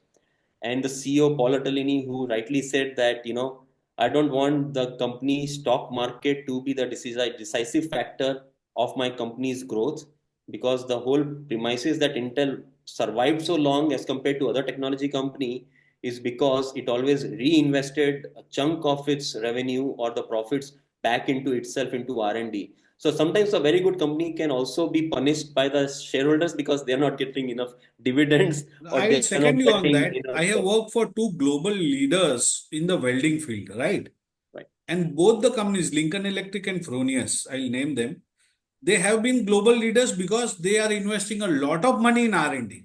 right, These two companies are number one and number two, probably I mean, in the top five, right, always in the top five. But they are in the top five because they invest a lot into R&D. So investing in R&D is something that we both emphasize on. The second thing which I would like to point out is that you rightly said about your boss in Intel. Now you have been in the board meetings of these large MNCs in the global war rooms right, of these giants. So, do these guys in most of the companies do they really think about the investor? क्या अंबानी जी या क्या अदानी जी या क्या Tatas and Birlas, do they think? I mean, names just for hypothetical example. क्या ये लोग सोचते हैं कि भाई मैं मेरे जिन लोगों ने हमारे शेयर खरीदे हैं उनको right, कुछ वैल्यू मिले, उनको रिटर्न मिले, उनको अच्छे पैसे कमाने का मौका मिले, ऐसा थॉट प्रोसेस होता है क्या उनके मन में? You are the right person to ask this question, because ये क्वेश्चन हम सब इन्वेस्टरों के दिमाग में रहता है, right, but we seldom get the answer कि यार ये लोग अपने लिए कर रहे हैं काम या इन्वेस्टर्स के लिए भी सोचते हैं, इन्वेस्टर्स के बारे में भी सोचते हैं. तो please answer me that because that right, question has remained in my mind a lot. right. So there are two kind of investors, right? So one is heavily invested, right? Like somebody who has pumped in huge amount of money, right? And then there are the shareholders who are basically buying your public, offers through your हम तो share IPO, holder or, की or, बात or, करेंगे or भाई. through the shareholder. So right now, if you're talking about the small investors, right? I think definitely yes, right? Because at the end of the day, it is your money that has come into my finance books, okay. right? And then that is where I have used those monies for the good of my product, right? So it becomes my personal responsibility that I give it back to those small investors. And now this is where it becomes a very tug of war game, because the share investors, they want bigger, larger dividends, they want larger profits. But then at the same time, for any organization, in order to stay relevant, not today, but I'm talking about if I start making you happy because you have invested in me, if I start making you happy, what's going to happen is like I'll be crying after 10 days, right? Because you may pull out your money when you feel that okay, I am done in this company, and you're going to take the money from my company and you're going to put it into somebody else's coffer, so that challenge always lies. So then there is a very interesting tension. Delicate balance. Yeah, and then that has to be there, because like I used to be part of the FP&A team of the global corporates, and I used to do the forecasting, right? So definitely, we are also at any given moment of time, we are very vigilant in terms of what we are, communicating to the market in terms of our market share drop, our volume growth or decline, or our sales revenue up or down, or our profitability. Usually the volume, your revenue and profits and market share. These are the 4, 5 key KPIs what a shareholder cares about, that okay, their market share is going up, but profitability has gone down. But at the end of the day, but what happens is like, it's not like, I'm going to invest 100% of my profits back into R&D. Definitely you have to give it back to the investors as well. But definitely it is a part of, and see, at the end of the day, even the CEO, his bulk of the CEO is been compensated by the stock market price, right? So at the end of the day, there is always this whole tops down, which goes in any of the organization, that interests are protected right from the CEO and the small investors to everyone, because at the end of the day, even CEO wants some good profits on his stock, otherwise he's not going to get well compensated. Good to know that. Good to know that, small investors stay in the mind or stay in the sight of the discussions in the big war rooms of global giants. Now, finally, I know that we have gone a little bit over time. One final question. Budget is coming. Budget 2025 for India Inc. is coming. And what do you expect? I mean, we have already known your expectation, but on what lines do you think the budget can be? Any suggestions for the budget, or the sectors that investors could look post budget, pre budget? Yeah, I think first thing first is like, in fact, I've been tweeting as well to Miss Sita Raman, highly respected finance minister, that we need to do something on the tax. I think it has become the need of the hour. I mean, we should have done 10 years ago when the present government came in, because that was the right time. And for all the good things that other departments of the government, some good work is being done. I feel somewhere that because we are doing a lot good in railways, we have done now that dedicated freight corridor is ready, our airports are getting ready, our ports are ready. But in order to drive that, the way we are structuring our loans, the way we are approving our loans, the easy availability and access of cash, I think would be the first thing. The interest rates also, but I know like in India, the challenge lies on the high CPI, what we call it as inflation in India.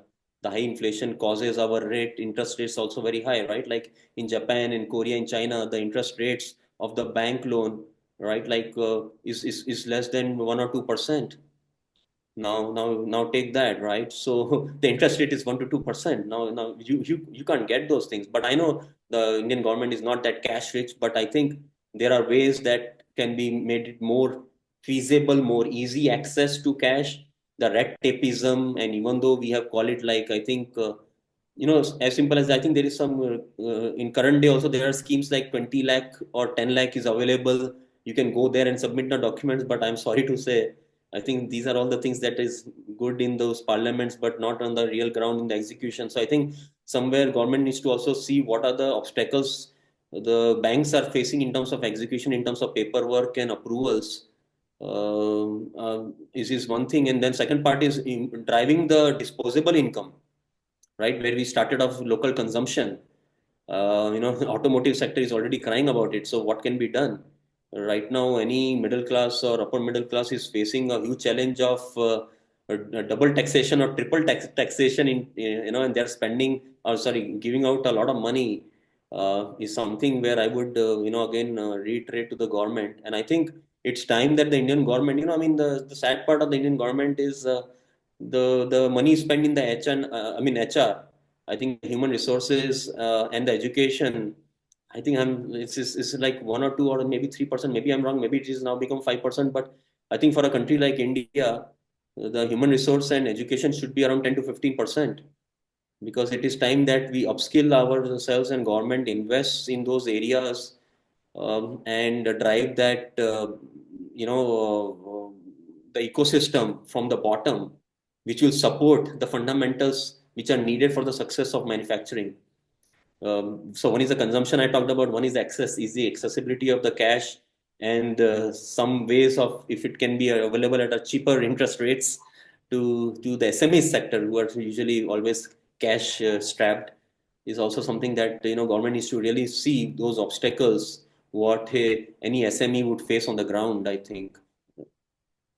Deepak, it has been great talking to you. You have shown the mirror to India Inc. in a way. It was a hard talk.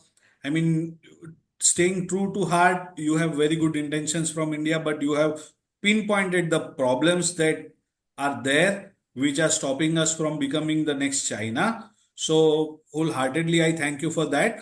I would just like to share with the audience your contact details about your matrix consulting. And if you can just say in 1 or 2 minutes what kind of things you do for Yeah, definitely. So what I have been providing the services for my clients globally is basically I help the organizations because I have a vast experience. I have managed e-commerce teams in many multinationals within the Asia Pacific, and I have spent a lot of time in terms of understanding consumer behavior. So what I help any organization do is like I help them uh, right from the lead generation in terms of digital marketing space, in terms of go to market, what it takes from you to go from 1.0 to say even 1.1, right? I'm not even talking about 2.0. So what are those things that is required fundamentally as an organization, as a structure from your manufacturing or your product or services standpoint to be successful? And then what other renovations or innovations are required? So we also work on that, and post that once we make you ready, we also help you help your products or services reach globally. So I have strategic tie-ups and partners who have global experience of doing a feasibility research for your products and services, whether it is Latin America that you want to have aspiration, or Africa, or if you're totally lost, we can do a complete global assessment for you and come up with our set of recommendations. Not only that, we stop there, but we also help you and assist you in terms of logistics, landing costs, what are the entry barriers from competition, or the entry barriers in terms of the certifications that are required. So we will provide you all that knowledge as a docket, a complete knowledge set to you so that you are successful. And not only that, we also qualify and identify and do the golden handshake of the local importers, or say the distributors, if they want to take up your products. So we basically help do the matchmaking both in terms of the sourcing as well as in terms of the exports. And then the next part comes is like, once you have done everything, I also help organizations in driving your gross to net profitability, because it becomes very important that as you keep growing your sales revenue, it becomes very important that your feet stays on ground and your organization is a sustainable and profitable growth. Because if you're not making profit, then basically you are in deep trouble, right? And that is where all the challenges start coming if you want any further investors or any bank loans for that matter. So it becomes very important that you have your uh, your 2 feet way above in terms of the profit. You're in the space of green, and if you're basically red, I can come in as an expert, and I have turned around the organization's profitability not once, twice, thrice, but many of the organizations I've done that in the past that I worked for or even done the consulting for. So that's the kind of experience that I have, right from basically your value chain of any organization, from branding to digital marketing space. I also help them on the website if you do not have a digital asset, and what kind of messaging and communication that we need to pass on is also something I work as a part of the in terms of wearing a marketing hat. So I can wear multiple hats for the at different stages, and it all depends on the current day challenges or the journey of the organization where they would like me to come in and help them to take it to the next level. So yeah, so right from lead to cash, I can help the organization in terms of the value creation that I can see or observe that I can do for the organization. those who want to contact Deepak, you can take the screenshot of the screen that I'm sharing, or you can contact me. I will give you the details of Deepak, or you can contact him directly on the details shown on the screen right now. Deepak bhai, it has been a great discussion with you. Unlike ho- other guests that we have had, they have always. I mean, India has a rosy picture. India has a great future ahead, but not that anybody who has come on our show has pointed out the problems, pinpointed the problems that we have, which are, which should be addressed to make that big leap. Probably we And I have think, missed the bus. see, and one of the reasons that I can very confidently say, and actually, I mean, not that I'm posting, but I've got the Global CFO Award for Kimberly Clark. and I have turned around the profits for organization that I worked for before that, but I cannot disclose. But I would just, because one of the things is on my LinkedIn, so I can go. So whatever is there on the LinkedIn, I can say because I've like got close to around 25 value creation awards for the companies that I worked for. And my impetus to my team is always been that do not tell me that I felt that it should not be the thing to discuss or told, because we can just do it away and we can still achieve our goal. Because moment we start cutting corners, it is reflected in somewhere or the other in the entire value chain from lead generation to the end. And I would not again be shy to say that you can only control the bull when you try to hold it from its bull. So one has to be very super honest to oneself if you want to really turn around or take the path of those successful people who have done it in the past within India or outside India, that I can bring it onto the table for them. Yeah.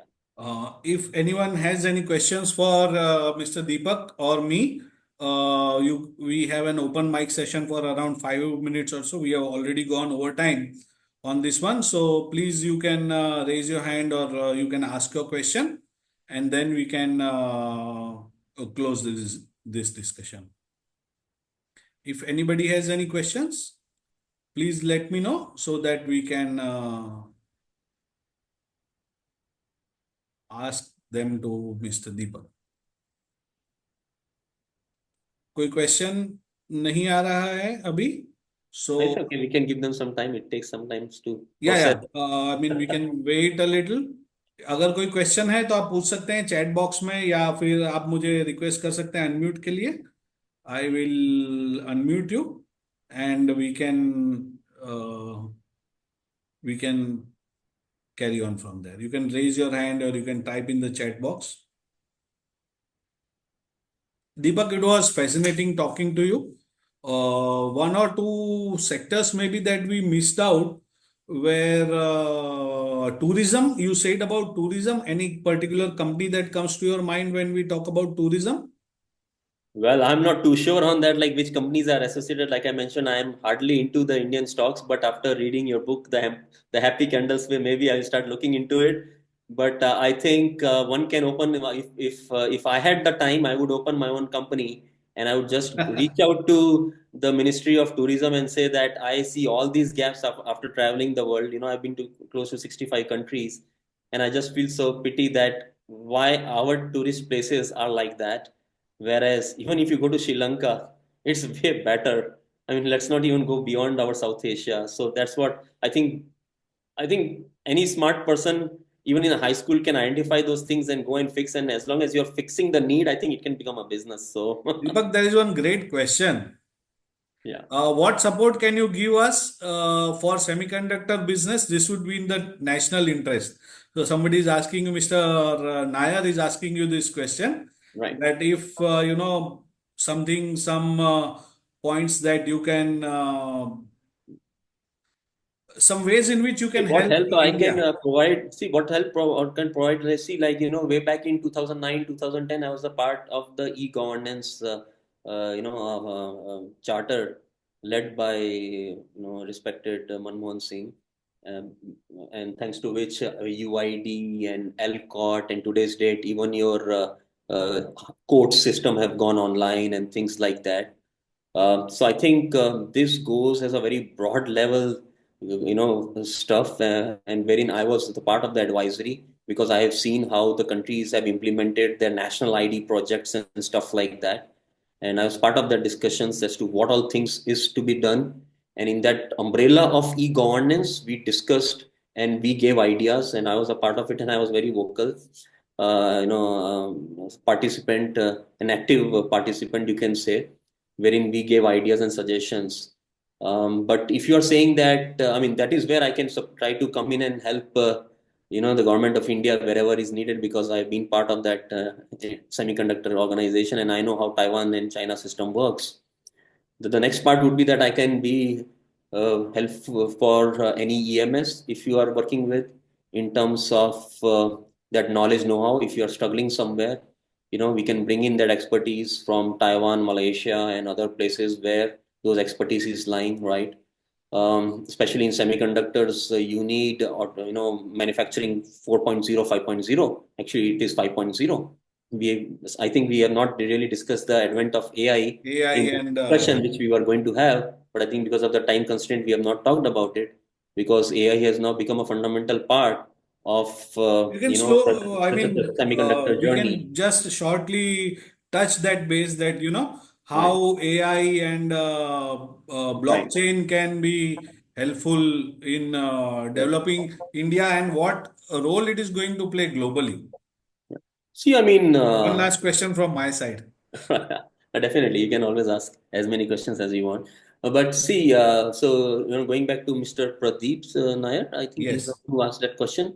I think semiconductor is a we are talking about a white elephant in the room. So it all Okay. again depends on where we are starting and what is the scope of that semiconductor project that you are talking about. From there, I can judge and try to do some kind of matchmaking with all the expertise that I have in the space of software and automation and in terms of the hardware, right? Is it somewhere that I can bring in my expertise and my network? I have also done a bit of my education. If you see my LinkedIn, I've been part of Wharton and MIT alumni, and that is the kind of expertise that I can bring it onto the table that if it is required. So yeah, I mean, it becomes very open-ended question to be very honest, whether I have to be a part of the advisory or whether I need to do some kind of matchmaking if that is at all required. But if needed, I can do that as well. Uh, Machine learning, blockchain, AI. Right. I mean, blockchain and AI, see, like a lot of people are saying AI is going to take away my job. And when in 2000 or 1997, 98, internet had come in, everybody was saying that, oh, on internet, I mean, I think we are all adults. There's a lot of pornography and a lot of negativity out there. And, internet will take us to somewhere and it will brainwash our things. And, there are a lot of people, that people are not going to be religious anymore and things like that. But, but, a lot of things were being said and done, and AI, I think, is at that very interesting cusp. And I think we are already seeing the great things. Like just yesterday, I think in the national newspaper of India, I think there's a news that AI can help detect cancer at much early stages, which even your X-ray or ultrasound cannot detect, or even medicines or other checks cannot do. Right. So I think AI will be the need, just like how internet I think is today's date. And AI is only going to make human more productive. One of the things I think I missed out in the discussion earlier in the manufacturing part is that we never take productivity of our employee. And that is also one of the things that I help manufacturing companies or any company for that matter into product and services, how you can drive the productivity of an employee. And that is where I was talking about upskilling, right? See, at the end of the day, blockchain and AI are good to implement if you know what you want out of it, because otherwise it is garbage in and garbage out. So stay away from it if you do not know what you want out of it, right? And it goes same as ERP or SAP. A lot of people had ERPs in their offices, but then they just went nuts and they went back to their Excel files because they just did not know how to make use of SAP, with their mindset that I have a person who can do that job for 2000 rupees. But see, at the end of the day, that productivity and the time that is required to do that job, and that is where we talk about global competitiveness, right? Now you're talking about Vietnam, Mexico, China, and and Taiwan, where people can dish out maybe 10 or 20 cars, or maybe nowadays, even I would not like to say, but even our dear God Ganesh Chaturthi's idols and pratimas are getting manufactured in assembly in China, and they are coming into India, and they are being bought. So what I want to say is that rather than cursing what other person is doing on the other side of the fence, one should think that if this market or this business opportunity is great, what I can do to sell more rather than complain that other person can do more than me and he's selling at a Absolutely. cheaper price. So Absolutely. that mindset and that culture thing needs to go away. But talking about AI and blockchain, I think it is going to drive the productivity to the next level. Like how China is adopting AI in agriculture, adopting AI robotic. They have robots walking like dogs who are plucking the strawberries and oranges and apples based on the density and the preparedness and how ripe that fruit is from the orchards, right? Unbelievable. because China is declining on population. But they are not sitting and crying that, oh, man, like, we are all dying and we are all aging.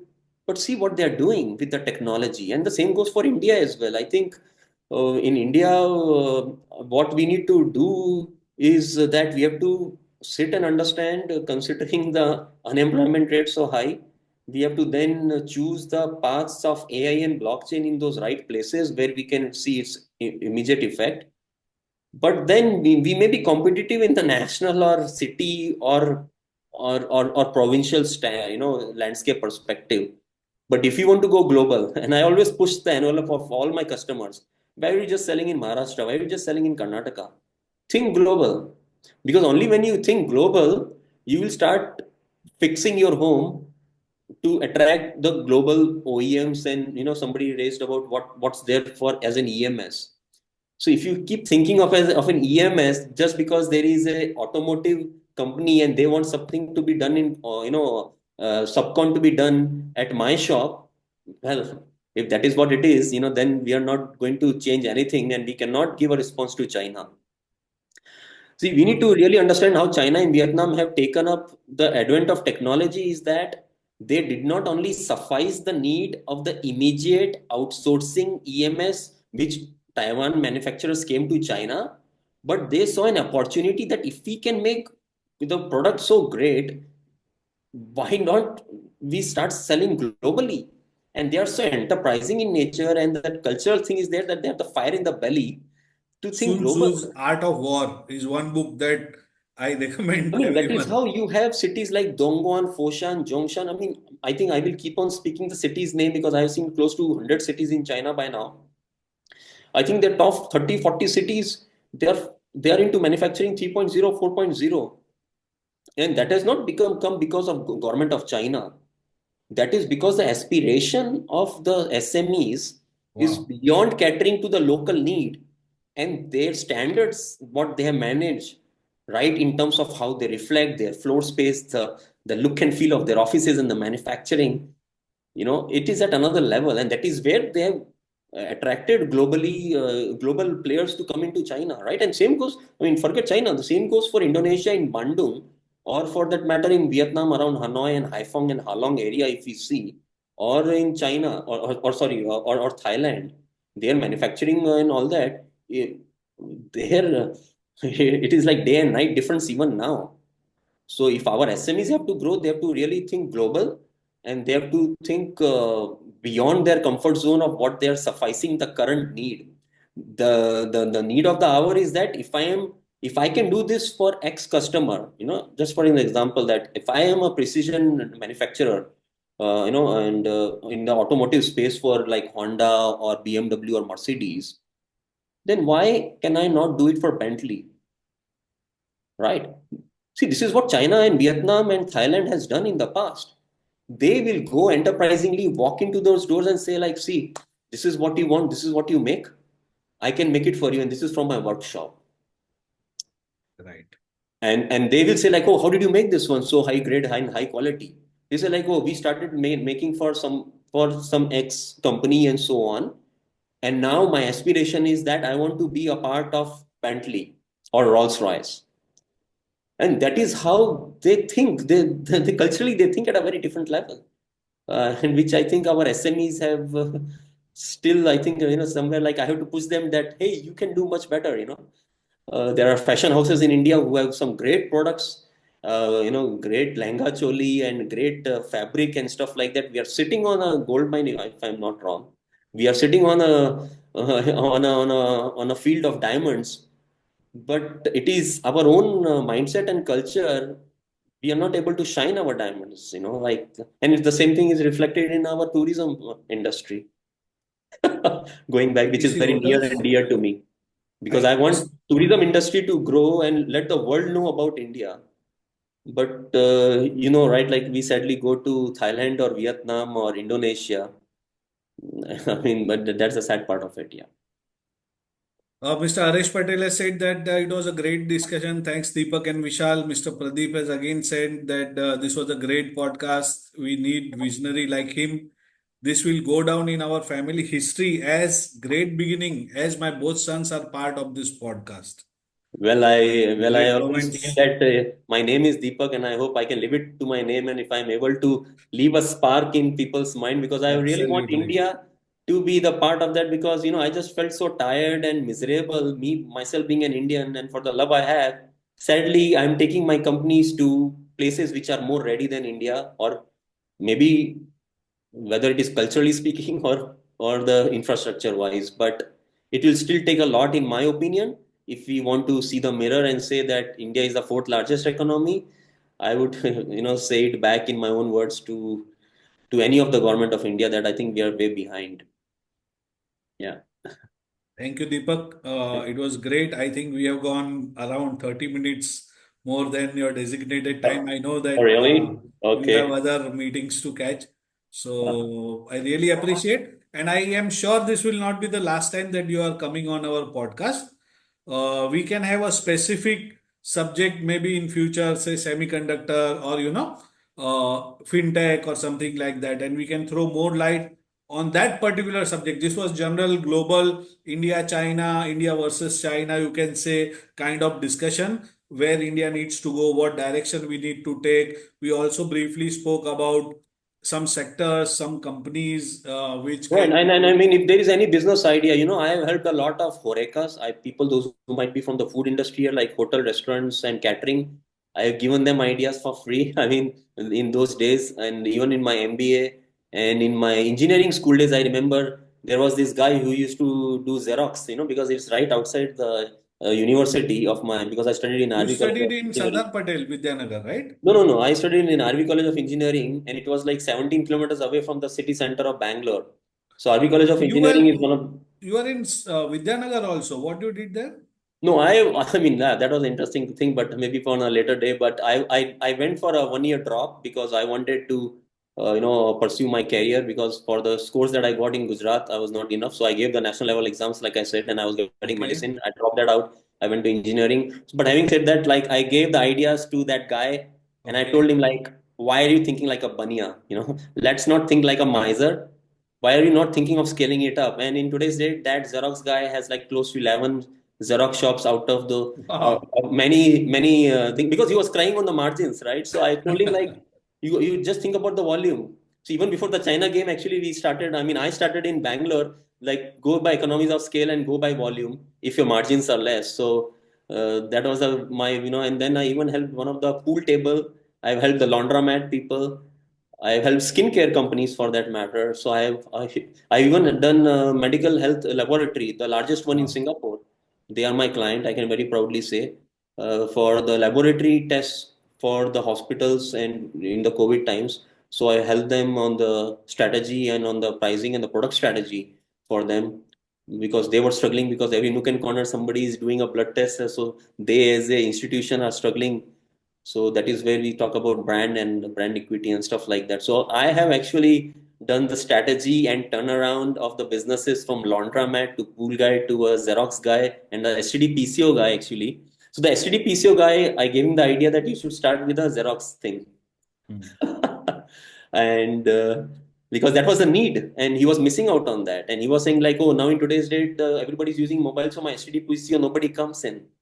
So, but I could see the need of the market, because we were all there, hostelites living there, and the university was like having 5,000 people or the students out there, and the need was like, you always try to copy the some of the intelligent guys. Lead No, to cash. Lead to cash. right, I'll right, remember that lead to cash thing. yeah, So it was great talking to Deepak. I'm sure this was not the last time that we are talking on this podcast. right. By the time that we speak again, I hope that you will have read my book fully and Yeah, been definitely. throwing And I think more I questions did on have a stock go through market. it. Is that helpful? Because if there's a lot of step-by-step application and stuff like that. So I'm sure, like, any person layman who opens up your book will be of great advantage to him or her. Thank you, Deepak. We will definitely have you again. We will talk sector specific. There are a lot more things to talk to you about your journey, about your personal journey. Sure. You briefly touched the subject that, why I said that you know a lot about China. maybe more than many others because you're Yeah, and yeah, definitely. I mean, definitely and it so happens that this happens to be my first Indian webinar or podcast or been invited to speak. I had written notes to Indian Institute of Management as well as Ministry of Railways, but I never heard from them. But every time I get invited by Belgium or people in Hong Kong University or NUS University or the companies in New Zealand and Australia, but I guess maybe they see my more worth over it there. was our destiny to have you for the first time in India on a podcast. Yeah, Thanks again, Deepak. We will definitely would like to love to have you again on the show, and we'll talk about some other things next time. yeah, definitely, and it's my pleasure, talking to you. And thanks very much for giving me this opportunity. I thought like there'll be a lot of more people, but never the even less is sometimes more. So I hope I Quality, was we able to we create that impact in the folks' mind and let them understand that what it is going to take for us if we want to go and be competitive at the global stage. Because what we are doing right now is nothing but catch-up game. now you will see us having a lot of views on YouTube Okay. because it was a working day here. So I'm sure you are going to get a lot of eyeballs. We will be uploading this Yeah. Yeah, definitely. If video there are to. any, so if there are any consultants who are working for the Indian clients, and if they feel that I can come in and be of strategic advisor to the project, or if I can provide some insights, or I can help them in their current day clients, definitely I would more than happy to help. Because being consultant in India, I think, is quite a challenge, and that is what I am finding myself as well.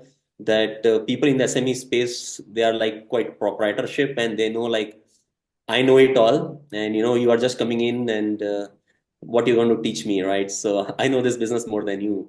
Well, But I my think where other countries have gone ahead and taken a lead with a little bit of humbleness and humility, that okay, others may be knowing better, and how I can take their help to grow, right? I think that is a primary challenge. Again, going back to its culture thing in terms of ready to hear things. Because I'm going to call spade a spade. I'm not going to shy away. If I see your floor space being dirty and your guy is not wearing the safety helmet or belts, I'm sorry, but I will say that on the face that these are the things that you need to fix if you want to stay globally competitive. If you want to be competitive within your own comfort zone, then I think I'm not for you. Let me be very honest.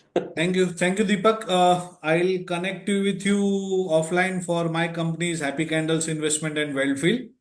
Yeah, I definitely. I hope hope I will to. learn something from you, and I hope I am able to replicate what you said. Not only, like you mentioned, it can be replicated anywhere. So I hope No, people can check it me. sticks. These charts work everywhere. They work on commodities. They work on stocks in India, US, Forex. Anywhere you can use the things that you see in my book, The Happy Candles Way to Wealth Creation. Yep. Awesome. So nice. And I would appreciate the audience as well who have stuck and had patience to hear me out. I know I'm very blatant and being very, I'm really very shrewd when it comes to talks. Sometimes I'm not being appreciated, but I hope I have my own space. But that's me. Yeah. Thank you, Deepak. Thank you for being you. And Yeah. thanks for spending such a lot of time with us. We have gone over time and you have been very patient with us, like a patient investor. I always believe that if the like-minded people sit together, then the time should be spent on talking ideas and discussions and not be slave of time. So I think the other way around. Thank you once again. Have a nice weekend Thanks. and Take catch up with care. you later.